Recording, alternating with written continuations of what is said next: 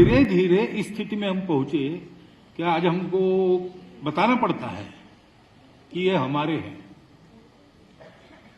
हमारे है। ये बताने का विषय हो, ये हमारे लिए बहुत दुर्भाग्य की और थोड़ी सी शर्म की भी बात है। महाभारत की कथा में थोड़े थोड़े और इसके कुछ मिलते हैं प्रसंग, जिससे लगता है कि समाज जरा गिर रहा है। और वो गिरना क्या हो रहा है कि हम आपस का रिश्ता भूल गए। सृष्टि का धर्म है, वो धर्म चलता है तब सृष्टि चलती है, उसमें खलल नहीं डालना चाहिए। तो इसके चलते हमने ही धर्म के नाम पर बहुत अधर्म किया है। हमारे देश में इन सारे संसाधनों पर समाज का स्वामित्व था, परंतु विदेशी शासक आए, खासकर अंग्रेज आए, तब ये सारा उन्होंने अपने हाथ में लिया, क्योंकि उनको यहां से माल ले जाना था, रेवेन्यू ले जाना था। उसके चलते धीरे धीरे इस स्थिति में हम पहुंचे कि आज हमको बताना पड़ता है कि ये हमारे हैं, हमारे है। ये बताने का विषय हो, ये हमारे लिए बहुत दुर्भाग्य की और थोड़ी सी शर्म की भी बात है। परंतु शर्म भी बताने पर आती है, क्योंकि ये भी बताया नहीं गया कि हम एक है। हमारे इतिहास को विस्मृत कर दिया गया, सब कुछ व्यवस्थाएं हमारी तोड़ दी गई। और इसलिए एक जो विमर्श बनता है वो स्वस्थ नहीं बनता, वो स्वस्थ विमर्श बने, इसलिए हमारा लोकमंथन है। परंतु और एक बात ध्यान में रखनी पड़ेगी कि ये जो सब कुछ हुआ उसका कारण केवल विदेशी आक्रांता नहीं है। विदेशी आक्रांताओं की तो ये औकात नहीं थी कि वो हमको जीत पाते, आज भी नहीं है, तब भी नहीं थी। हम अधपतित हुए। दीर्घकाल इस प्रकार से समृद्ध, समर्थ, सुरक्षित और प्रतिष्ठावान जीवन जीने के बाद कैसे होता है पता नहीं, लेकिन ऐसे होता है, हमको विस्मरण हो गया। हम कौन हैं, हम क्या करना चाहते हैं, जीवन ध्येय क्या है हमारा। मध्य युग के नाटक वगैरह पढ़ेंगे आप, संस्कृत नाटक मृच्छकटिक जैसे, तो आपको ये चित्रण मिलेगा। महाभारत की कथा में थोड़े थोड़े और इसके कुछ मिलते हैं प्रसंग, जिससे लगता है कि समाज जरा गिर रहा है। और वो गिरना क्या हो रहा है कि हम आपस का रिश्ता भूल गए।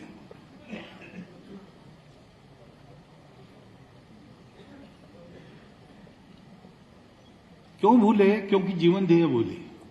ये जीवन ध्येय दिया था हमारे पूर्वजों ने। ये हमारे राष्ट्र का निर्माण किस लिए है? एतद् देश प्रसूतस्य सकाशादग्र जन्मनात् स्वयं स्वयं चरित्रम शिक्षेरन पृथिव्याम सर्वमानवा। ये सब साथ कैसे चलाना, भौतिक जीवन आध्यात्मिक आधार पर, अर्थ काम ठीक चले, मोक्ष भी मिले, इसलिए धर्म का अनुशासन तो है। धर्म क्या है? इतनी सारी विविधता है, लेकिन इसके एकता को मन में रखकर कैसे व्यवहार करना, ताकि सब अपने अपनी विविधता को सुरक्षित प्रतिष्ठित रखकर साथ मिलकर चले।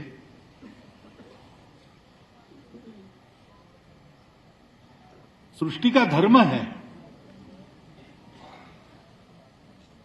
वो धर्म चलता है तब सृष्टि चलती है, उसमें खलल नहीं डालना चाहिए। उस पर प्रश्न आया था ना, खरगोश को लोमड़ी खाती है, लोमड़ी को, तो ये कैसा धर्म है? लेकिन ये चक्र है, वो भी बताया, ये चक्र है, उसी से चलता है। शिबिराणा की कथा में, और शिबिराजा के दरबार में वो कबूतर आता है, शिबिराजा उसको छुपा के रखता है, उसके पीछे बाज आता है और पूछता है वो कबूतर कहाँ है, खाना है। तो शिबिराजा कहता है नहीं, वो मेरी प्रजा है, मेरा आश्रय लिया है उसने, मैं नहीं खाने दूंगा, उसको बचाना मेरा धर्म है। तो वो बाज कहता है कि राजा तुम धर्म की बातें कर रहे हो, लेकिन प्रकृति ने मुझे धर्म दिया है, मैं उसको खाऊंगा। मेरा धर्म समाप्त करके तुम अपना धर्म रखना चाहते हो, यह धर्म नहीं है, यह धर्म है। और शिवराणा कहता है कि तुम्हारी बात ठीक है, तुम्हारा वो धर्म है, मेरा ये धर्म है। तो रास्ता ऐसा है कि तुमको कबूतर ही खाना चाहिए, ऐसा नहीं मांस खाना है तो कबूतर के वजन के बराबर मांस मेरे बाह का ले लो। अपना देकर धर्म की रक्षा करना सृष्टि का धर्म है। खेती में मेंढकों को काम है, वो कीड़े खाते हैं तो फसल पर बीमारी नहीं आती। एक बार किसान गए विनोबा जी से मिलने और उन्होंने कहा कि वो आजकल बीमारी बहुत हो गई फसल पर। तो विनोबा जी ने कहा और मेंढक बेचते जाओ, और मेंढक बेचते जाओ, क्योंकि वहां से लेबोरेटरी के लिए मेंढक पकड़कर दिए जाते थे। तो विनोबा जी का कहना था कि मेंढक के कारण वो कीड़े समाप्त होना बंद हो गया, क्योंकि मेंढकों को आपने दे दिया उधर, तो बीमारी बढ़ रही। अब मेंढक हिंसा कर रहा है कि नहीं, कीड़े खाकर हिंसा कर रहा है, लेकिन उस हिंसा के कारण बहुत सारी बातें बच जाती है। सृष्टि का धर्म है, उस चक्र को पहचान कर उसके साथ चलना, तो हम सब सुरक्षित रहते हैं। सृष्टि भी फलती फूलती है, हम इस प्रकार देते हैं, वो हमको देती है।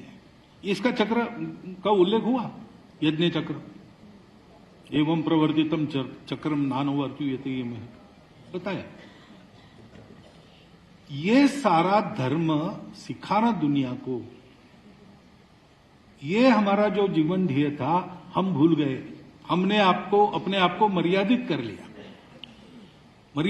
लिया, इसलिए भूल गए इसलिए फिर संबंध टूट गए, संवेदनाएं बंद हो गई, स्वार्थ आ गया।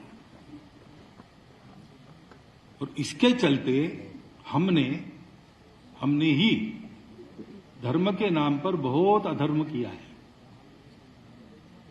इसलिए स्वामी जी ने जब कहा कि प्रकृति, संस्कृति और विकृति, 3 आयामों में चलने वाला लोग प्रकृति के अनुसार संस्कृति की ओर बढ़े, लेकिन विकृति की ओर न जाए, ये भी देखना पड़ता है, वो देखा नहीं गया। इसके कारण हम दुर्बल हो गए और मुट्ठी भर लोगों के भक्ष्य बन गए।